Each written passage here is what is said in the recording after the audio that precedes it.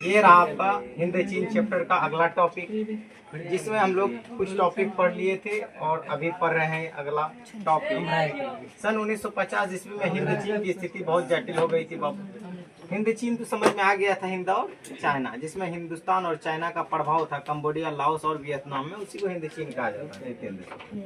तो उत्तरी वियतनाम में हो ची मिन की सरकार थी, दक्षिणी वियतनाम में फ्रांस समर्थित बाओ दाई की सरकार, बाओ दाई की सरकार।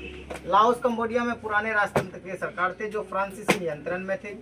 लाओस और कंबोडिया में स्वतंत्रता की मांग जोर पकड़ रही थी। गुरिल्ला सैनिक लाओस कंबोडिया के रास्ते दक्षिण वियतनाम पर धावा बोलते थे। गुरिल्ला सैनिक समझ में आया, छिप करके मारने वाला।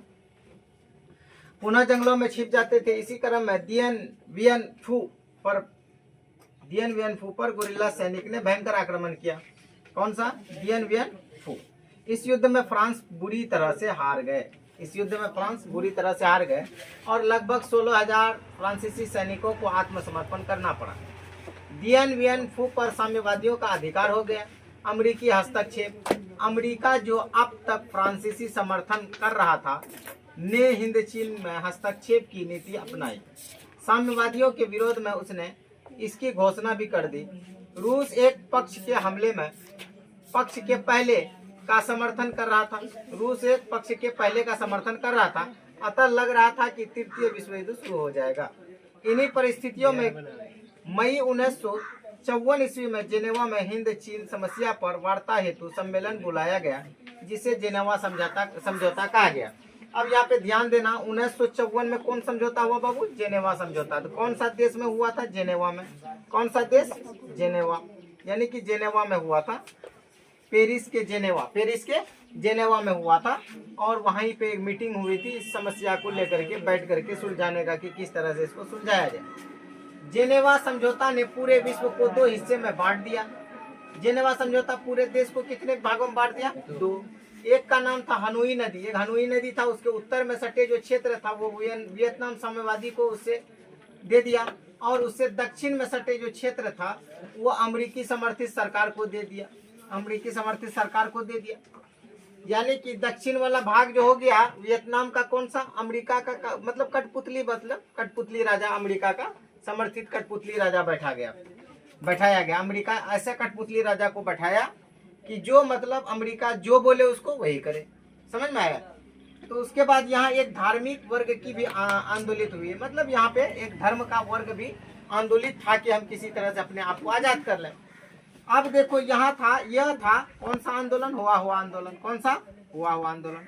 और हुआ हुआ आंदोलन जो था धार्मिक क्रांतिकारी आंदोलन था। इसकी शुरुआत 1939 में हुई थी। कब हुई थी? 1939 में हुई थी। हुआ हुआ आंदोलन काफी आक्रामक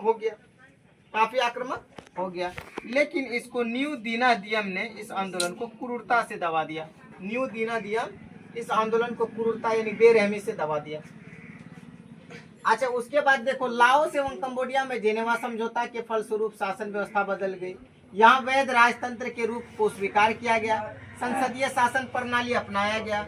इन्हें तटस्थ देश माना गया था, परंतु साम्यवादी प्रभाव इन देशों में बढ़ता जा रहा था। दूसरी तरफ अमेरिका इन क्षेत्रों को साम्यवादी प्रभाव में जाने से रोकने को कृत संकल्प था।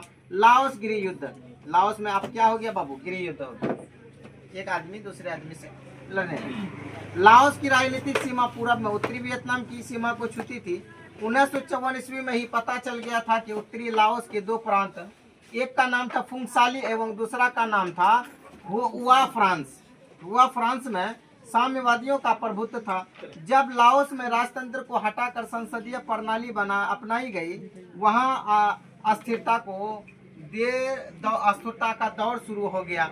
देखो बाओ दाई की जो सरकार बनी थी वो दक्षिण वियतनाम बना था। समझ में आया? दक्षिण वियतनाम में किसकी सरकार बनी थी? बाओ दाई। और ये बाओ दाई जो था ये अमेरिकी समर्थित सरकार था। अमेरिका जो कहता था वही उसी को मानता था, कठपुतली सरकार था। चलो।